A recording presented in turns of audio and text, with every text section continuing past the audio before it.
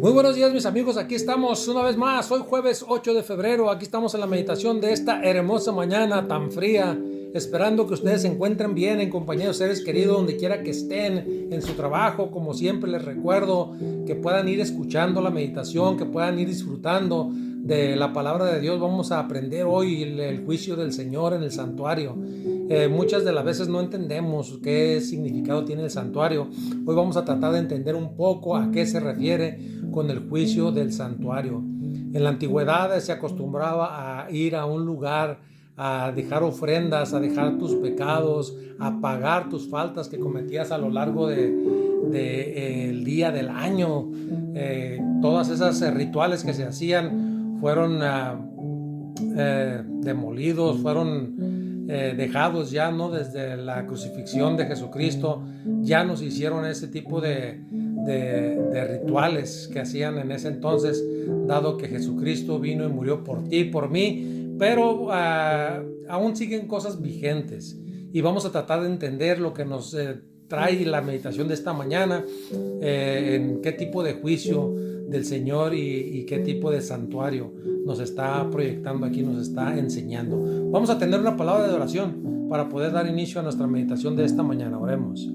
Querido Padre, te damos gracias en esta hermosa mañana, Señor, que nos has bendecido con vida, con salud. Rogamos, Señor, tu protección, Padre. Rogamos por todas las personas que están sufriendo, careciendo, Señor, de trabajo, de sustento, Señor, de comida, de ropa, Señor. Cobíjales grandemente, ponlos bajo tus alas, Señor, y que puedan sentir ese alivio, Señor, de que tú estás en medio de todo esto, Padre. Acompáñame, Señor, acompáñanos en esta meditación, dirígenos en todo momento, utilízanos, Señor, como instrumentos vivos, Señor, para tu honra, para tu gloria, Señor, y para tu beneficio, buen Dios. Lo rogamos y lo pedimos en el nombre de Jesús. Amén. El juicio del Señor en el santuario. Vamos a leer Salmos 96, 6 al 10, y vamos a leer el Salmos 99, 1 al 4. Vamos a leer Salmos 132, 7 al 9, y vamos a leer Salmos 13 al 18. No, perdón, 132, 7 al 9 y 13 al 18. ¿Dónde tiene lugar el juicio de Dios y qué implicaciones tiene la respuesta para nosotros? ¿Cómo es que podemos entender el lugar que tiene en la actualidad el santuario en nuestras vidas? ¿Cómo nos ayuda el santuario a entender la manera que Dios trata el mal? Vamos a darle lectura a Salmos 96, 6 al 10. Dice: alabanza y magnificencia delante de él, poder y gloria en su santuario. Tributad a Jehová, oh familias de los pueblos, dad a Jehová la gloria y el poder, dad a Jehová la honra debida a su nombre, traed ofrendas y venid a sus atrios, adorad a Jehová en la hermosura de su santidad. Temed delante de él toda la tierra. Decid entre las naciones: Jehová reina. También afirmó al mundo: no será conmovido, juzgará a los pueblos en justicia. Salmos 99, 1 al 4. Jehová reina, temblaron los pueblos. Él está sentado sobre los querubines. Se conmoverá en la tierra. Jehová en Sión es grande y exaltado sobre todos los pueblos. Alaben su nombre, grande y temible. Él es santo, y la gloria del Rey ama el juicio. Tú confirmas la rectitud, tú has hecho en Jacob juicio y justicia. Salmos 32, 7, 9 y 13, 18. Entraremos en sus tabernáculos, nos postraremos ante el estrado de sus pies. Levántate, oh Jehová, al lugar de tu reposo, y tú en el arca de tu poder. Tus sacerdotes se vistan de justicia y se regocijen tus santos, porque Jehová ha elegido a Sión, la quiso por habitación para sí. Este es siempre el lugar de mi reposo. Aquí habitaré porque la he querido. Bendeciré abundantemente su provisión. a sus pobres saciaré de pan. Asimismo vestiré de salvación a los sacerdotes, y sus santos darán voces de júbilo. Allí haré retoñar el poder de David. He dispuesto lámpara a mi ungido, a sus enemigos vestiré de confusión, mas sobre él florecerá la corona. El juicio del Señor está estrechamente relacionado con el santuario. El santuario fue el entorno donde el salmista cambió su percepción sobre el problema del mal. El santuario fue designado como el lugar de juicio divino, como indicaban en el juicio de Urim. Podemos ver una explicación más extensa en Números 27-21.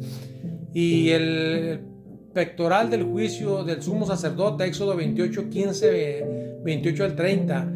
En consecuencia, muchos salmos representan a Dios en su trono en el santuario, listo para juzgar al mundo por sus pecados y su maldad. El santuario se revela en el plan de salvación. En el paganismo, el pecado se entendía principalmente como una mancha física que debía eliminarse mediante ritos mágicos. En contraste, la Biblia presenta el pecado como una violación de la ley moral de Dios y la santidad. Miren, amigos, hermanos, familia, el santuario era únicamente para limpiar los pecados de la humanidad, del pueblo de Israel en ese momento. Cuando tú pecabas o que sentías una mancha, un pecado contra Dios, tenías que ir al santuario con una ofrenda, y que era llevar, no sé, de repente era un borrego o algo que físicamente tú depositaras, porque el ritual era que tú te tomabas la cabeza del animal, y tus pecados automáticamente se iban al animal, y el animal era ejecutado, y de esa manera se manifestaba que tus pecados te eran perdonados en ese momento. Ahorita en la actualidad, dado que Jesucristo vino y murió por ti y por mí, en Él fueron puestos todos nuestros pecados. La manera de llevar los pecados al santuario cambió radicalmente, pero la situación de nuestra condición de pecado sigue siendo la misma. Nosotros tenemos que esforzarnos todos los días en buscar el rostro de Dios, en buscar su palabra, en ejercer su palabra para poder encontrar el perdón de nuestros pecados todos los días. ¿Cómo es esto? Les voy a dar una explicación más breve ahorita al final de la meditación. Voy a seguir leyendo lo que aquí nos explica nuestra meditación. Dice Dios, bueno, voy a darle continuidad a lo que estamos. En el santuario se revela el plan de la salvación. El paganismo, el pecado se entendía principalmente como una mancha física, que es lo que leímos ahorita anteriormente, que debía eliminarse mediante ritos mágicos. En contraste, la Biblia presenta el pecado como una violación de la ley moral de Dios. La santidad de Dios significa que el alma, la justicia y la rectitud. Del mismo modo, el pueblo de Dios debe buscar la justicia y la rectitud, y debe adorar a Dios en su santidad. Para hacerlo, debe guardar la ley de Dios en una expresión de santidad. Tenemos una tabla de ley, que es el espejo donde usted puede reflejar, donde usted puede ver su condición. Cada día usted puede darle una ojeada a la tabla de la ley, los 10 mandamientos. Esa es la ley que tenemos ahorita.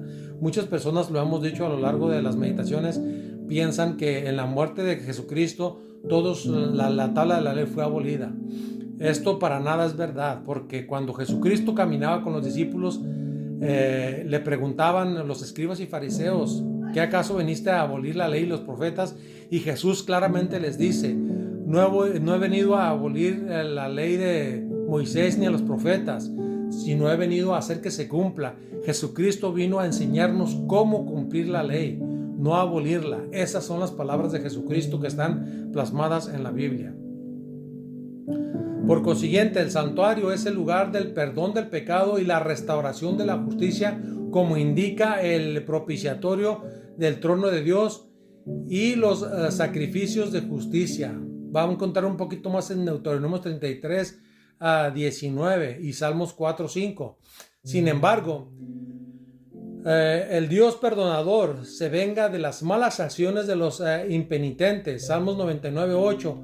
Las aplicaciones prácticas de que en el santuario sea el lugar del juicio divino se manifiesta en la conciencia constante de la santidad de Dios y las exigencias de una vida recta conforme a los requisitos del pacto de Dios.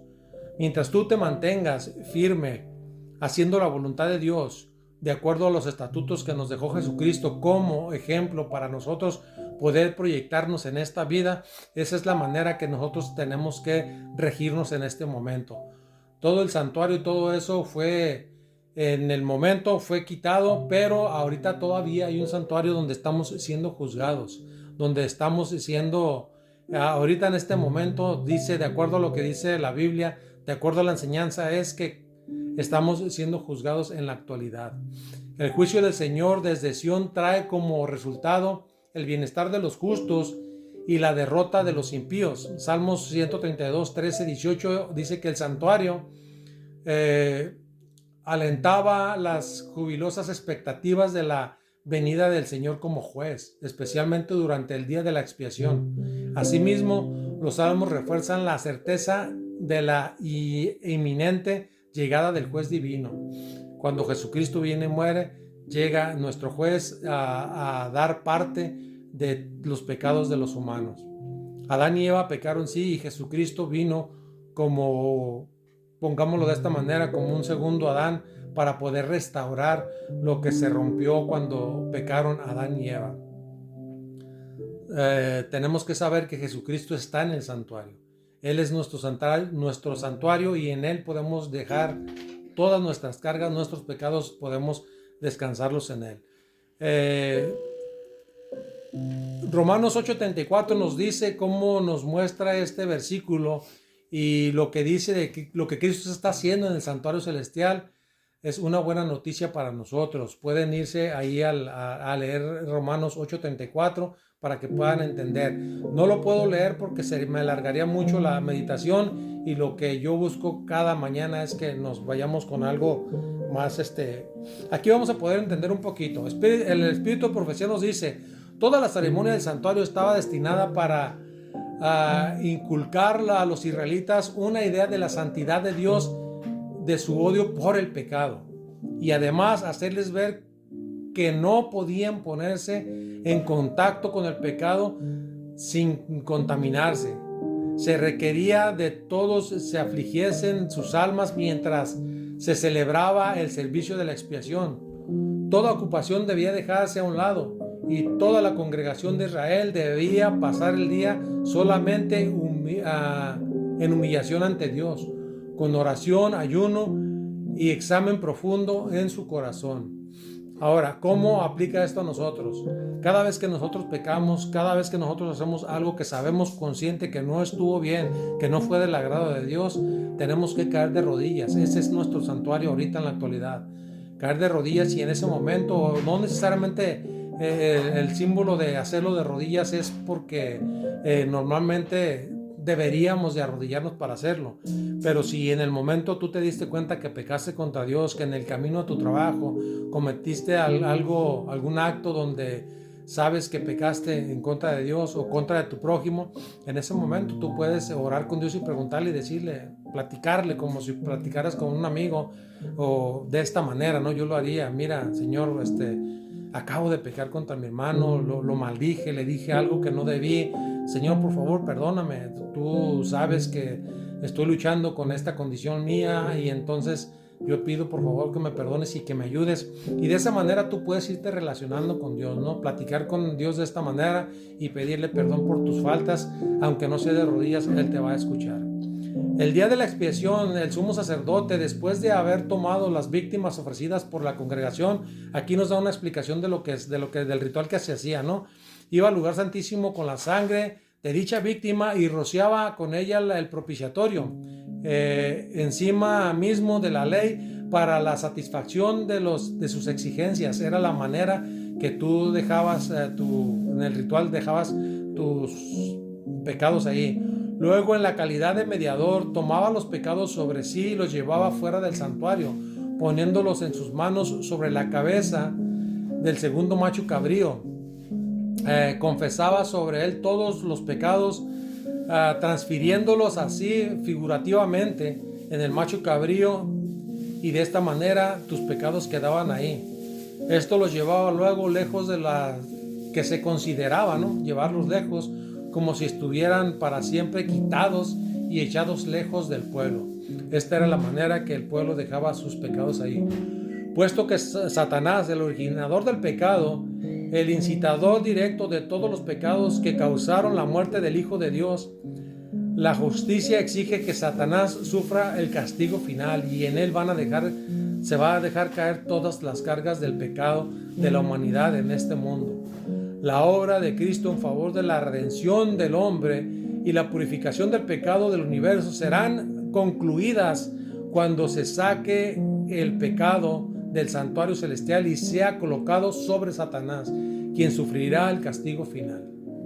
Así que el servicio simbólico que se hacía en ese momento, amigos hermanos, era un ciclo anual del ministerio que completaba la purificación del santuario y la confesión de los pecados sobre la cabeza del macho cabrío, que aquí nos pone de qué manera simbolizaba, porque eran símbolos nada más, que Dios dejaba saberle al pueblo que sus pecados le estaban siendo perdonados. De este modo, en el servicio del tabernáculo, en el templo que posteriormente se ocupó su lugar, se enseña diariamente al pueblo las grandes verdades relativas de la muerte, al ministerio de Cristo. Una vez al año, sus pensamientos eran llevados hacia los acontecimientos finales de la gran controversia entre Cristo y Satanás, y hacia la purificación final del universo que lo limpiaba del pecado de los pecadores. Hoy Jesús está ante el altar de la misericordia, presentando a Dios en oraciones de los que deseen su ayuda. No rechaza a ningún ser humano. Lloroso y contrito, perdona sin reserva a cuantos acudan en súplica del perdón y la restauración de todos sus pecados. A nadie le dice que no. A nadie le dice que no va a perdonar sus pecados.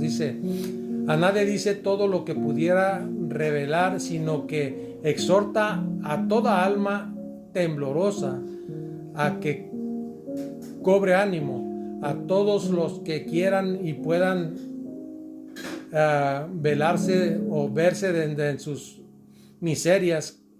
Dios está dispuesto a darle paz, esa paz que lleva a lo alto, que esa paz que te transmite, que tengas la seguridad de que Dios está obrando en tu vida. El Señor la va a hacer en ti cada vez que tú vengas a Él. Las almas que se vuelven en busca del amparo, Jesús las levanta sobre toda acusación y calumnia. Ningún hombre ni ángel maligno puede acriminar, dice aquí, esta alma, o incriminar, no sería. Cristo las une en su propia naturaleza divina y humana. Está al lado de aquel que lleva los pecados en la cruz, procedente del trono de Dios. Dios está siempre dispuesto a escucharte para que tú seas ungido con ese aceite, para que tú puedas ser aceptado. Únicamente tienes que venir a rendirte a sus pies, tienes que confesar que aceptas a Jesucristo como tu Salvador, para que Él pueda obrar en tu vida. Mientras tú no busques su rostro, mientras tú no busques ese espacio donde Dios puede alcanzarte, para que pueda perdonar tus faltas, para que puedas ser ungido con ese aceite en ese lugar santo donde Dios tiene para nosotros, no va a suceder nada extraordinario. Tienes que permitirle que Dios obre en tu vida. Mis amigos, hermanos, les dejo la meditación de esta mañana. Espero que haya sido de beneficio, de bendición para todos ustedes, esperándolos mañana viernes. Es último día de meditaciones y posteriormente damos la entrada a la nueva semana de las meditaciones. Los espero mañana. Ya saben, como siempre les recuerdo, mi nombre es Arturo Sánchez. Por favor, suscríbanse denle like, compartan para que esto pueda seguir creciendo. Que Dios me les bendiga, nos vemos en la próxima. Chao, chao.